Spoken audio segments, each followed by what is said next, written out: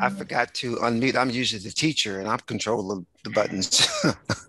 But just I want to say thanks again for the opportunity to come and share with you. And what comes across my lips to your ears touches my heart first. I want to be better and I can do better. And I will because people matter.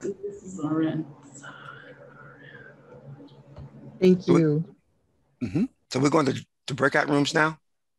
Or Some I'm not people, in the breakout room. Some people have, but I think the majority of folks want to stay here and have discussion with you. Okay, so I better not join that breakout room then. Stay right here with us. Stay right here. Okay. And I think we Cool. have a large group. So I wonder if we need some way of moderating. Can you raise your hands or physically raise your hand? Can I say something? I'm small in stature, but big in heart and resiliency and experience. You don't have to quell your tongue. If you have questions, ask them. You know, you had that question. I've always said this question I want to ask a Black person. Guess what? I'm Black. Feel free. I want to thank you too for the passion that you bring, for the passion and personal experience that you bring to all this. And I'm so appreciative of your being here. Thank you, my friend. I don't know if you can see it, Dr. Lockett, but there's a lot of comments in the chat, and I'll just bring up a couple of them. Yeah. While maybe some here live think about questions or discussion points. We have Kathy Hedge noted, thank you for sharing your passion, your heart, and your knowledge, Dr. Lockett. And so glad your sons could join us. I think a lot of us are feeling that, grateful that your family is here too. There's a wonderful comment from your son in the chat as well. It says, well done, Pops, and thank you to everyone for the kind welcome. And then we have from Sylvia Beeman, thank you, Dr. Lockett. Your words and passion have touched me deeply. So how about, I'm not sure whether the Zoom settings allow you to raise your hand in the settings, you know, the little fake hand that comes up. If it does not, please just go ahead and raise your hand like this. And John Alou or I can call your name so that you can speak up. Oh, I do see a hand up. Anna? Actually, I was just testing my little hand raising thing. But I did appreciate the talk. Thank you very much, Dr. Lockett. You're welcome. You're most welcome. It looks like Karen Hummel has something to say. I'm just, I'm wanting an accountability handle. How can, I've heard to the extent that I'm able, I heard you and want to act on these. And can you suggest a way of continuing this dialogue, this conversation, so that we kind of measure our accountability? How are we doing? Do we walk out and forget this? I mean, this has to be a sustained thing if we're going to make any difference. Yes, ma'am. Thank you for that. I have some people that are listening in that helps me do that, or I help them. We work together. Suzanne Glymore. I get your last name wrong, Miss White Lady. Donna, and her husband, Bill. Donna does a lot of work. Judy. We got something we call CCRR, Community Conversations on Race and Reconciliation. Every 6 months, we do that. We're also coming together to form some small groups, intermittent groups, if I'm correct. And Donna or Suzanne, you can help me out here. We're going to keep these conversations going. I'm always available. I talk to people individually. I give public talks. I'm always running my mouth. So there are some things, there's a lot of things going on in the community that can help sustain this. who's the lady that spoke? My phone number is 623-256-4153. My email is, and I can do text. I can't do much else with high tech stuff, but I can do text. My sons call me low tech because I'm that bad. My email is RENZ, it's RENZ, RENZ at ksu.edu.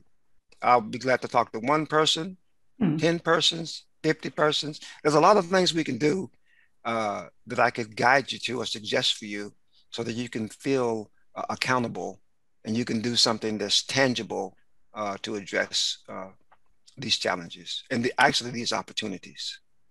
Thank you. And I see that Judy Nicholson added in the chat, any and all of you are welcome to join the UUFM racial justice team. We meet monthly to learn about and act on racial justice issues. Yes. And I see Harriet Yankee's hand is up. Does nobody ask if you're related to the football Lockets, Tyler and I can't remember the other boy's name. Are they your sons? Tyler, no, my sons are super sons. They're good people. My sons are super. No, no one asked me that. Everybody asked me that. Yeah, I think so. Yeah, they're cousins. They're distant cousins. I'm from Stillwater, Oklahoma. They're from Tulsa, Oklahoma. Good people too.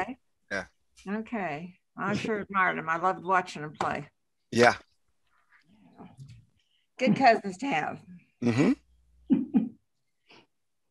Yeah. I see Ed's hand is raised. I just wanted to, that was so informative to me. I grew up in California, first in Southern California, and we treated the Latin Americans, what we call the Mexicans, not quite the way the Blacks were treated in parts of the US, but I was told, never to go in their neighborhood, but we did as kids. And then I moved to Central California where there were people from Oklahoma. We're called Okies, and the high school kids would tease them and call them names. And there was some extreme prejudice there, but I did not experience the things that you were talking about, which just absolutely amazed me. Yes, so there's a lot of hidden things. I'd say we live in bubbles, and it doesn't make white people bad because they don't know. White people are not devils. They just didn't have those lived experiences. They wasn't aware of some of the things that were going on, and some may have not been empowered to do anything about it, even if they did. So the idea is like we can't change history, but we can sure make new history. Every chance you get, when you hear it, your soul will tell you, So yeah, a lot of folks are blind to what's going on. But the whole idea is to have conversations like this to open eyes so people can see. I see Sylvia's hand is raised, and then I also see Harriet next. I've read about all the things you talked about in books, but to hear you say it is so touching and overwhelming. And also, my friend who's probably here listening, Elka Lorenz, she's a teacher at the high school. She informed me that she watched the school board meeting this week. And there was a discussion about having a more honest teaching of history at the high school. And there was a barrage of white anger at trying to sully the image that they have of America. And at the same time in the Mercury, they printed an editorial from the Heritage Foundation that also voiced the same horrible sentiment about this being about how the white story should be told. And so that made me realize that's something that we all could do right now, is we have to counteract those voices and make sure the school district knows we do not agree with that. and that we can't just be sitting in our kitchens and just hoping everything will come out all right, because those other voices, they're strong and they're out there making noise. Anyway, so I'm thinking thanks for telling us to act. So thank you. Thank you very much, Sylvia. You know, the only way we can relieve ourselves is to go to the bathroom. Anybody go to the bathroom for you? Okay. You know, and the opportunities will come. They are there. We just need to take advantage of them. Yeah. So thank you very much. And the second thing is, we have the same voice that they have. They talk, they open their mouth and words come out.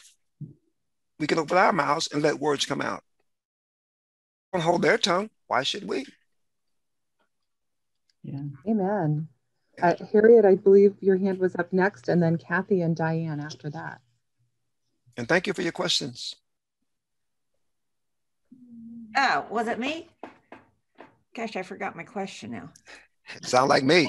Oh, I know what it was. Maybe were you on the same panel that our police chief was?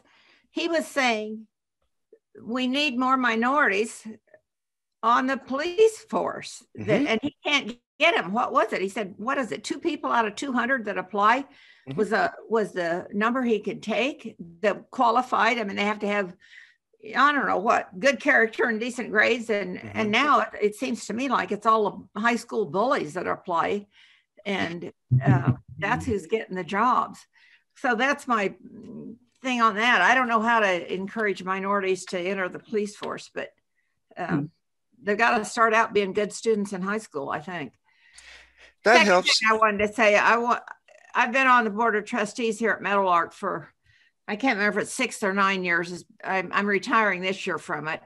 And when they talked about needing to replace a couple that were going off the board, I said, how about getting some person of color? Well, that was met with dead silence. And of course, we were on Zoom, and so I couldn't really tell what.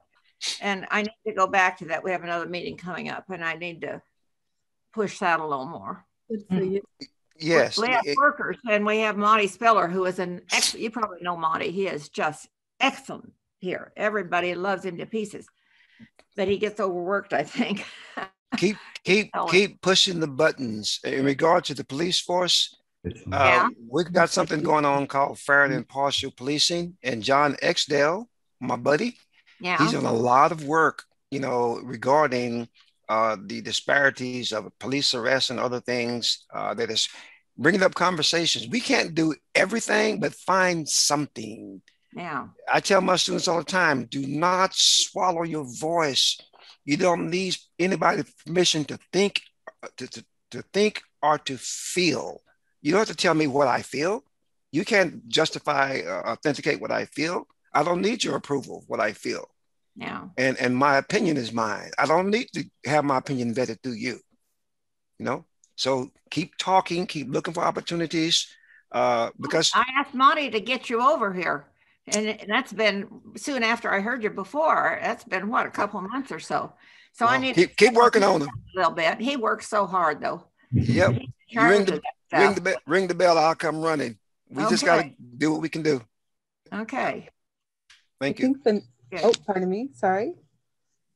I think the next hand that was raised was Kathy and Dan Swenson, and then Diane. And if someone else has a comment or would like to raise a question, please just go ahead and put your hand up. Okay, I see Tom and Stacy after that. Go ahead, Kathy and Dan. Well, I think I'm going to refer to John because he's got his hand up, and I want him to respond to what Lorenza said. And also just, it is important to work on our school board and keep our letters going and our interest. I think we've got to get that message out. It's going to be fought all the way along throughout our country. That's going to be a big issue. Yeah. So John, I'm sorry. I'm just going to refer to him, but that's okay. Let me say something else right quick too. I'm also involved in something called fair and impartial policing. We have a team of people from the community who talk with RCPD once a month. If you have any questions you want to table about policing, text me or send me a message, and they are being receptive. We're challenging them. We're not trying to bastardize them, but we hold them to the fire. So if you got some questions or some experiences, please let me know. John? Is that me? Yeah. Yes, sir. Oh, I just thank you, Lorenzo, for this a great talk and inspiring talk. And I'm glad that we brought up the Coalition for Equal Justice. We've been doing the research showing that we've got a problem here with the RCPD in Riley County. The arrests of Black people for marijuana possession is 5 times greater proportionately than the arrests of white people for that offense. And there's no way to explain that except as a result of systematic police bias. And so that's something that we have to work on. And we've, of course, Coalition for Equal Justice has already got the ball rolling on that, but we need to keep on pressing and we need to get that changed. And thank you, John, for being an initiator. This is what make people big, when they can step up and do what's big. Thank you, sir. Shall we go over to Diane? Thank you so much. You moved the needle a great deal today through your directness, your honesty, and acknowledging that it is a reasonable thing to hate things that are so hurtful. And so the power of you awakening to how you realized you no longer wanted to be a hater is the transformative piece. And I want to ask you to be in unity with me, because I see Native Americans disrespected in the same way, horrific treatment, massacres, and then all of it being hidden and masked, and the very toxic idea from the Catholic Church that there's such a thing as manifest destiny. I would like to change that idea to manifest humility, manifest love. And I wonder if there could be a show of hands today. How many people say thank you when they eat food? Many people have the tradition of saying grace. How many people say grace before they eat? Amen. Yeah. And for me, the unity that we need, you know, when you say step up to the really great thoughts, we have to completely reverse our understanding of who we are in the world as human beings. Right. We need to include the animal world, the plant world, the water, the atmosphere, the elements that the native people tell us you ought to thank every day. Right. You come into the world from the water of your mother's womb. You drink in the air, or actually a friend of mine says you are breathed. You don't take a breath. The world loves you so much it breathes you. Hold your breath. You try to escape by holding your breath. The world put you here. You're here for a reason. It will breathe you. And so I just hope that we can include women, because women are still disrespected. I think you mentioned, I get what I read and what I hear from people, but you know, Blacks have been disrespected. Look what's happening with people, Pacific Rim people being attacked now. Just all of this craziness has to be transformed, and we are here to do it now. And Amen. I'll tell you, the only reason that I can speak this clearly is yesterday I was going down the rabbit hole of watching videos, and I saw a little dog abandoned in a junkyard in Japan. And I know it was Japan because the woman who rescued this little dog, she had a bowl with Hello Kitty and other things that, you know, I thought, oh, she's in Japan. But something went into me, that understanding, you know, how if you're open and you see something, like when you changed, when you said, wait, I'm not going to spend my life as a hater. I saw the pile of trash that this innocent, almost helpless little puppy, well, he was helpless, he was defenseless, living in a pile of trash. We created that pile of trash. Who are you as a people to dump this trash to create it. Get a better connection with yourself and with your relationship to the world. And I'm humbly here to help in this project so we can continue your work, Dr. Lockett, of helping people become helpers. So thank you. And thank you very much. And that's what it takes. It takes collective effort. No one person can do all things, but many people can do a number of things.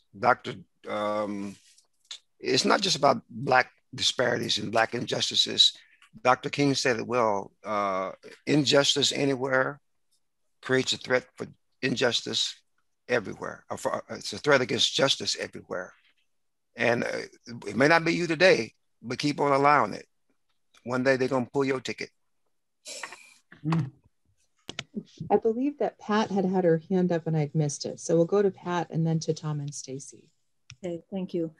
Yes, I'm also very, very grateful, Dr. Lockett, for your being with us and speaking to us and your passion for this topic. And I have to say that the person that I've thought about almost instantly when you started feeling with us and sharing that with us is our friend Richard Pitts. Mm-hmm. And, good friend of mine. Yeah. I'm sure he was, and I think I've heard your name, but I've never, heard you or met you. And it's the first time, and of course, Richard spoke with us as a unit, and I knew him personally, and all of us that had just any kind of contact with him were just inspired by him. And that's the first time I've felt that kind of inspiration until today. I really thank you for sharing with us the way you did. And it was very much like Richard would share with us, and make you feel whether you were with him individually or he would just see you, he would, I mean, and then he brought all these wonderful people together from the university as well as from the community. And of course, the kids themselves, and gave them so much and brought us to them too, even though we couldn't always be there with him. But I'm also impassioned and inspired so much by what you said.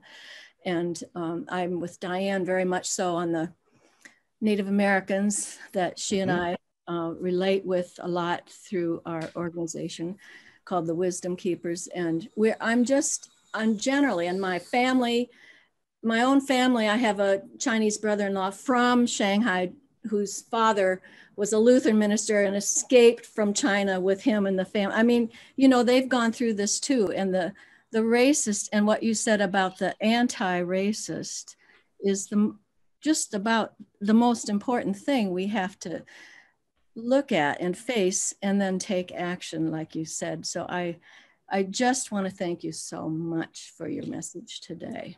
Well, thank you, ma'am, and for the opportunities and for your listening ear and your responding heart. Richard Pitts, great guy. His spirit lives on, his values live on. We can see them in the kids as they continue to grow. When you plant good seeds, good things grow up. Yes. So we need to we keep planting our seeds. Whatever you can do, do it. It's by the grace of God that I'm able to do what I do. And the impression of that little white lady. Other people, other experiences, but that's just a profound thing. That woman changed my life. Now my sons are not going to be haters. My daughters are not going to be haters. My grandkids are not going to be haters. There's a whole new legacy of Lockett's going forth. They don't have to be like the chained up, bottled up kid that I was because of a little white lady. We have power.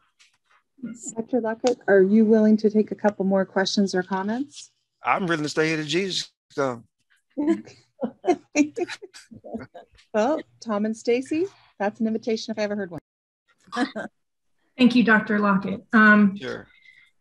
And this is such a hard topic, for anybody and for me. And, I'm ashamed, to admit that I was raised in a household that was inherently racist. I have a father who swears he's not a racist, but when I was growing up was told, I better not bring home a Black boy, Oh, yes. But he thought he wasn't racist because as a realtor, he sold a house to a mixed race couple. He said he wasn't racist because he'd been friends with a black guy in the military, and they called him Blackie. And they called him Blackie because the guy wanted them to call him Blackie. We've been fighting. Yeah, he could not understand that probably that's not what that gentleman wanted him to be called. Yeah. But you talking about, a white woman changing your life. It was a black woman that changed mine. Mm. When I was 20 years old, I was in the Air Force and I was incarcerated for marijuana possession. And I was locked up for 9 months for this. Wow. And it was an African-American woman that came to do Bible studies at the jail. Mm-hmm. And she gave me the love and the acceptance that I needed during what was one of the worst times in my life. She called my parents and spoke to my mother to tell them that I was indeed okay. Mm-hmm. And it was being brought into her love that made me realize, one, the things that happened that I had no idea had happened, ashamed to realize that a whole other reality was happening in our country that I didn't even see. Right. And then also so relieved to find that on an emotional basis, a woman of color and myself were the same spiritually. Yes. And I think that one of the other things that is so needed in our country with this and in anything is sharing love, because I think that love is one of the strongest things that we can use to break those barriers and to find that unity, And I don't think it's probably going to happen in my lifetime. But I'm so proud to say that because of the experiences that I had, I was able to raise 2 amazing children without those preconceptions that I was raised with. And they are activists both in their own right, So thank you for this discussion, and also for reminding us that love, is one of many answers, but it is one. It is. Thank you very much. Thank you for your sharing. I just want to say that you don't have to carry the shame that was imposed upon you. It didn't originate you. It didn't originate in you or from you. And you don't have to take the guilt of that shame, because God has touched your heart and you've exercised things that shows that you're in disagreement with that. I tell whites, I teach at a predominantly white school, as you know, and I tell white kids all the time, let's talk about what you feel and why you feel. You don't have to carry white shame, because there's no shame in being white. You cannot control the environment you grew up in. You had as a 2-year-old kid, as a 6-year-old kid, but you can change it now. So you can make I do this. Whatever was my pain in my past, I find a way to make it my gain.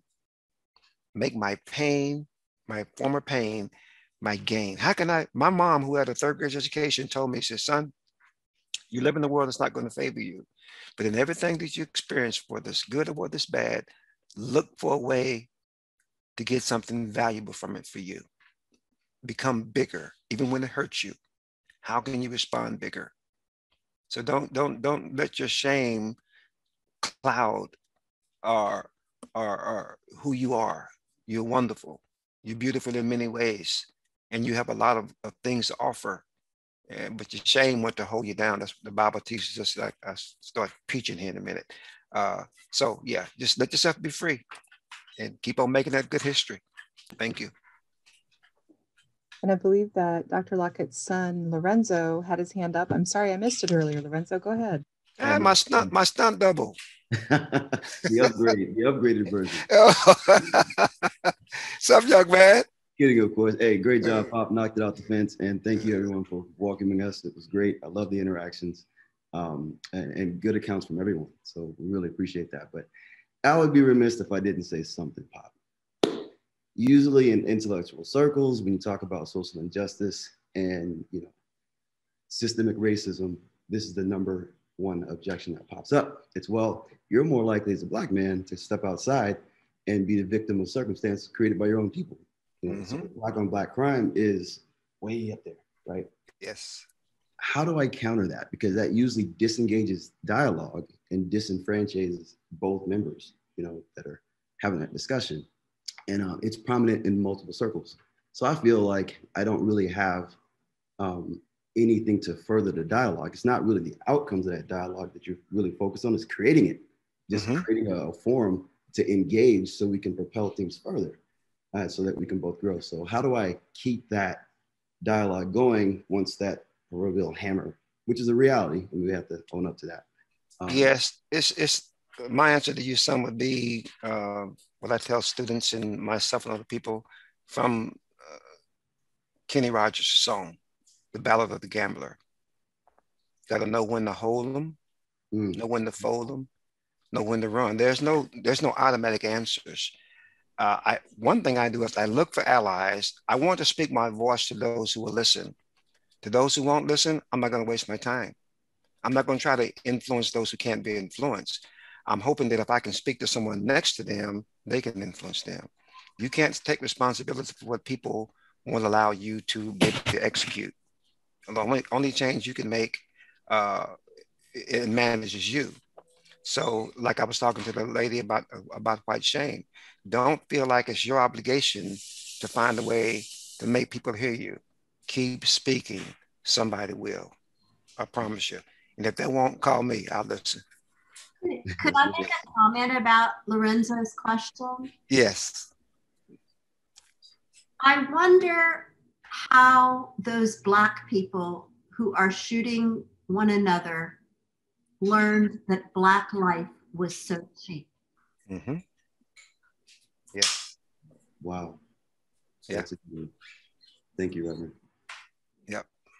That's a good point. It is. All behavior comes from somewhere.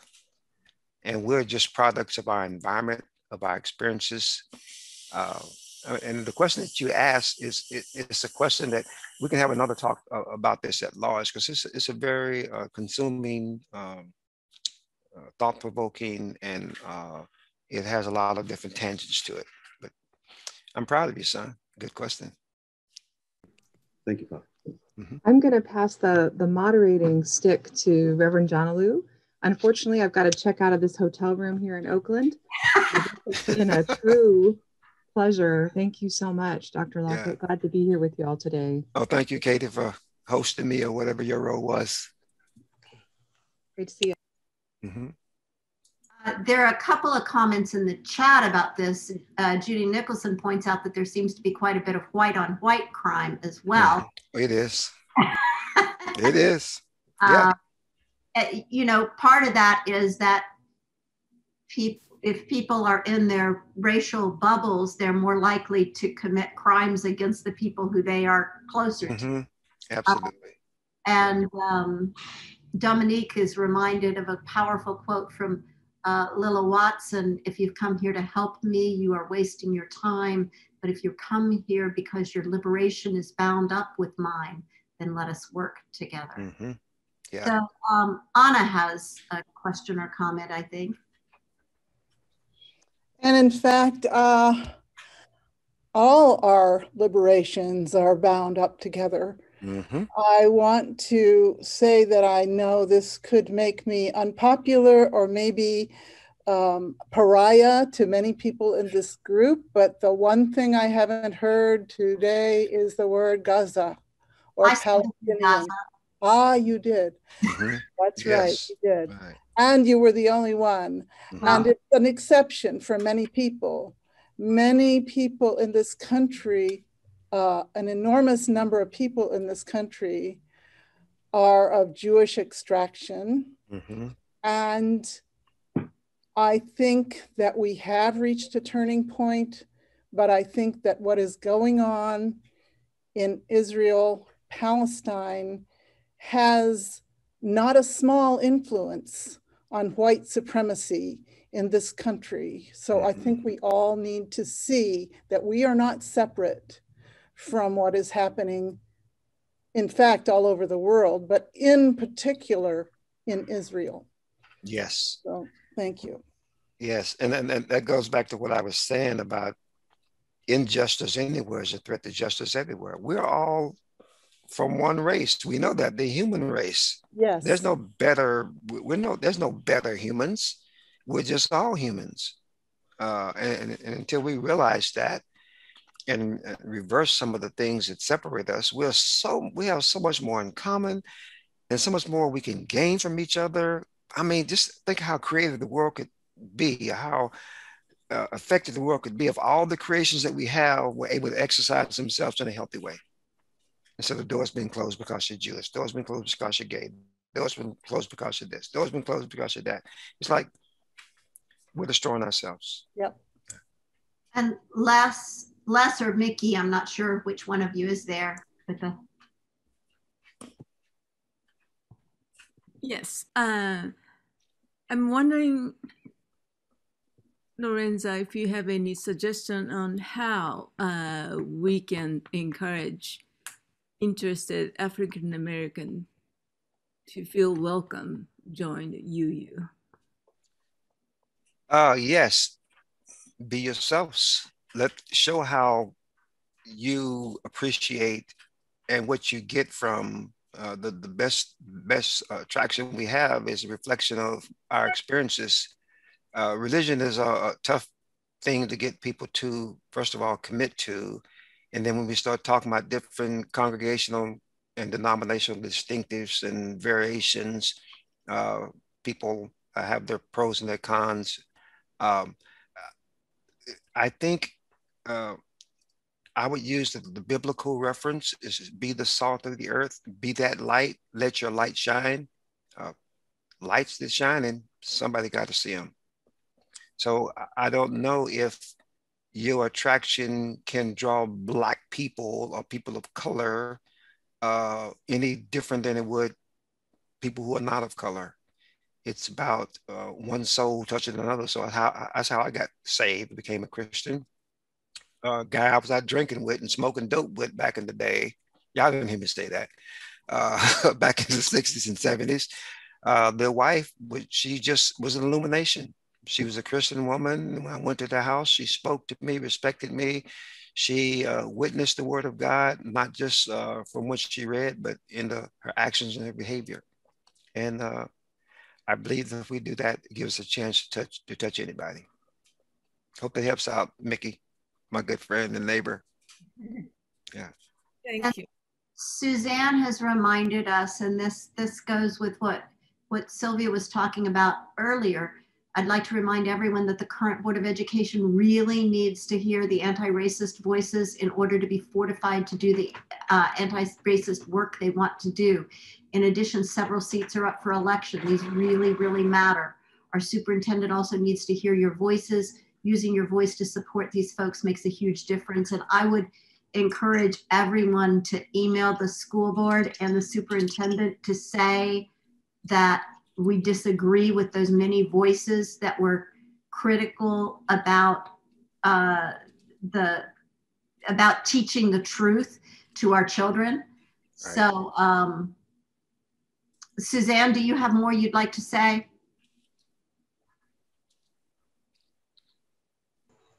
Sure, thanks. Yeah. So the superintendent, I know, so for those of you who don't know, I work with the USD 383 Committee for Diversity and Inclusion. So we are a group of volunteers, a very, very diverse group. Some are administrators, some are teachers, some are staff, and some are community folks, some are parents, some are not, some are university affiliated, some are not. It's a fairly big group. And so I know that the superintendent, for example, just recently received a message saying that was essentially a rallying cry by a very specific Republican group saying that USD 383 intends to teach indoctrinate students with critical race theory. And it kind of went on. It was a long thing. And first of all, critical race theory was misrepresented in that letter and had lots of claims that were incorrect. Some were correct, but some were incorrect. And it's that kind of messy stuff that's not entirely truthful, but it's not entirely false, that sometimes really gets us into trouble. And I talked with several different school board members, and some of them have said, you know, we're generalists. We do this job and we know a little something about a lot of things, but we're not trained in depth in some of these things. And so they came to our committee and said, we would really like your assistance. We really want to understand better. We want to know more. Can you help us? So I say that to you guys to just say,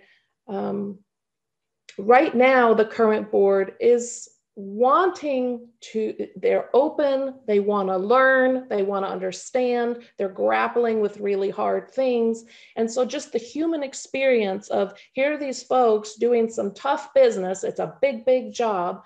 And they're the voices, the racist voices you've been hearing, when that's what they're experiencing, when that's what they're hearing the bulk of, they walk away just as a human being going, holy moly, this is what it sounds like, where the community is at.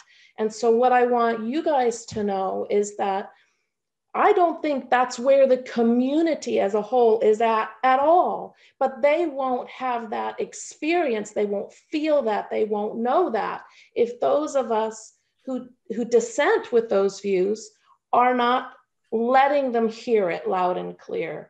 That's what I wanted to say. They need to hear this from us. They need to hear from all of us. Right. And they need to hear it in a way that also acknowledges that they're struggling, right? And those seats are up for re-election. Some of them are going to get re-elected, some are not. So anyway, you guys know all about all of this stuff about elections and how to pay attention and learn about that. I'm just saying they're under a lot of pressure, and the superintendent is under a lot of pressure, and he's a tough guy and he's a good guy. But all of us, we're humans, and we do better when we have some support, when we feel like we're not hung out there all on our own. Yes. I'll Les' hand next, and then Harriet.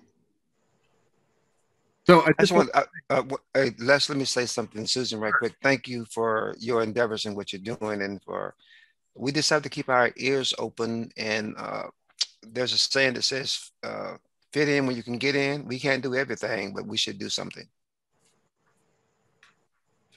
I just wanted to say, so one of the earlier comments about, we should contact the school board and tell them that, we don't agree with what's been said, and that we think it's important that our children be taught the truth.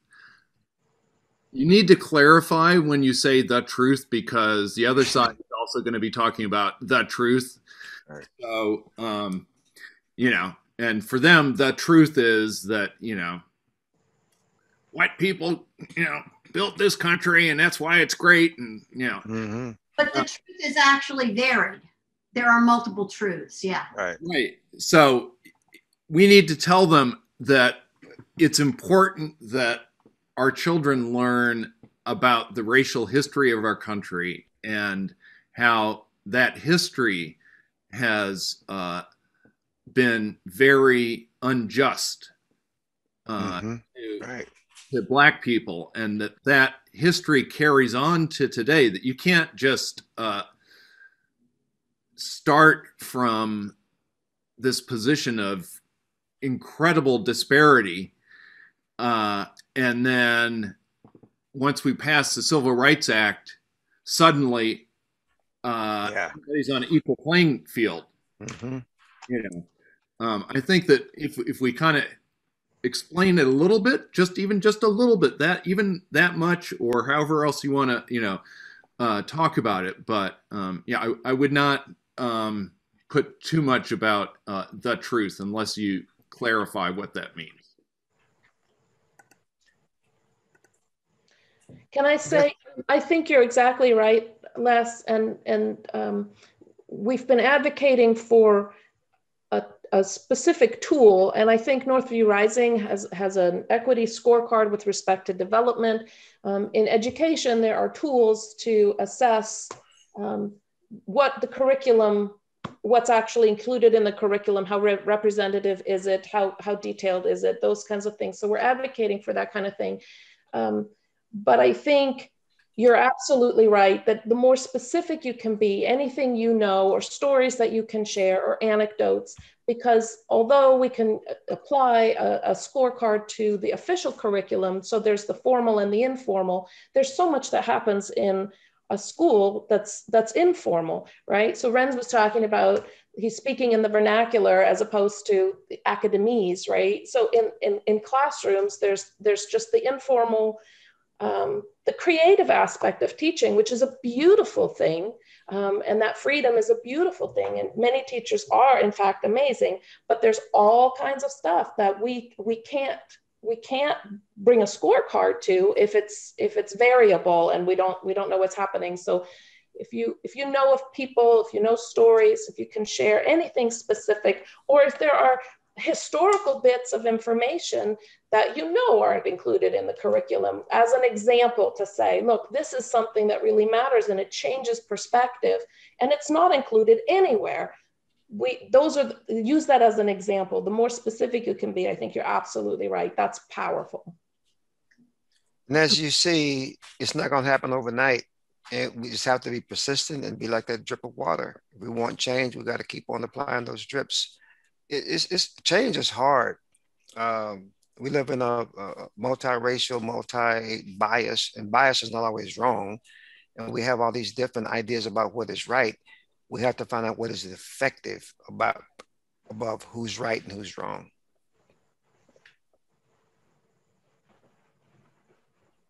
John Alou, there's Harriet's hand is waving. Oh yeah, I had said Harriet's next.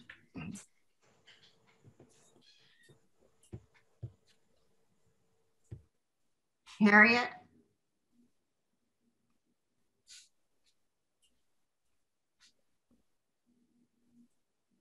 I'm sorry. I've been Googling the school board, USD 383, and I can't find any addresses for school board members. I got phone numbers of about 4 of them, but does somebody have access? They could send me a link. I can't write anything if I don't have any addresses. And I don't know what else to do. I think that on the USD 383 website, there should be a place that it pops up the automatic forms where kind of the way that I think Riley County does too, where it just automatically goes to all of them. If you go to district at the website and click on Board of Education, then there's a comment form, citizen comment form. Oh. District at Manhattan? No, that's. I think I put the link that John Alou is referring to in the chat. Okay. Do you know there's some apartments called the District at Manhattan? Gee. Yeah, if you follow Amy's link, that'll get you to where you need to go, and you can click on comment. Yeah, it's a little down. There's a page. There's a picture of above it. The last link above it says citizen comment form. I think now we're actually getting to where the rubber meets the road. If we've got the actual place that we can send our comments to. Mm-hmm.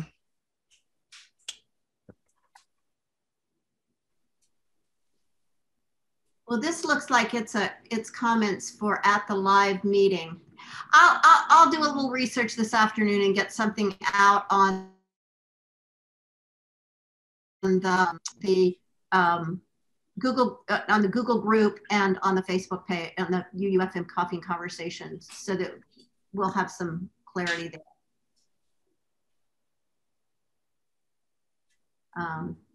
Ed. There was a cartoon in the Mercury the other day of someone trying to feed a donkey, a Democrat, trying to feed a child critical race theory. And I don't think that's too different from just sort of a general liberal and intellectual point of view, except activity and assertiveness is involved. And I think I will write to the Mercury because almost all of their cartoons are sort of, not all of the articles, but the cartoons have all quite a right-wing slant to them lately. And I think it really misrepresented the critical race theory, and that is something that we should stay away from. And I don't know if anyone wants to comment on what it is, but I see it as just not too different from just general knowledge of about and some attitudes about what would be fair. But the difference is that it encourages taking action, which seemed the Mercury was discouraging. Yeah, and the editorial was kind of mixed too. Yeah. And I just put a link to the contact us for the board. So if perfect. Yeah, so it's got Vice President Kristen Brighton, President Jerdine Coleman. Is that right? Yes, that's perfect. Yeah. So that's the individual emails for each member. If you want to write one email and then just send a copy of it to each of them, that might be a way to save your time if you wanted all of them to see it. Or no, are there any particular folks that would be most important to contact, or I don't know? I think it's best actually if you're to really copy everybody so that they're all getting the same message. Yeah. So I see there's a link for some are clearly, aligned with the philosophy and of this group they're ardent anti-racists. Some are just trying to learn, and some are very, very confused and are conservatives and are listening to their groups of peoples. We live in silos so much. So I really think that the most powerful thing would be to send a message to everyone. Okay. Yeah. This is the action that was that 4th A. This is the action. Any other, Lorenza, did you have any response or comments to that? Which one is that? Did you have any response? I was just saying that this is the 4th A, the action. Mm-hmm. Saying, actually taking action. Okay, I got distracted by my phone. What was the context? Just in general? In general? Writing to the school board. Yeah. We never know what actions are going to be effective until we do them. And we have to follow our own conscience and try to do so in a way that doesn't create a war, but at the same time expresses the point you're trying to make, and not so much as who you're trying to make it against. Well, it looks to me like, we've been here almost an hour past the service. I think this may be a very good point just to close. Many of us probably want to get some lunch.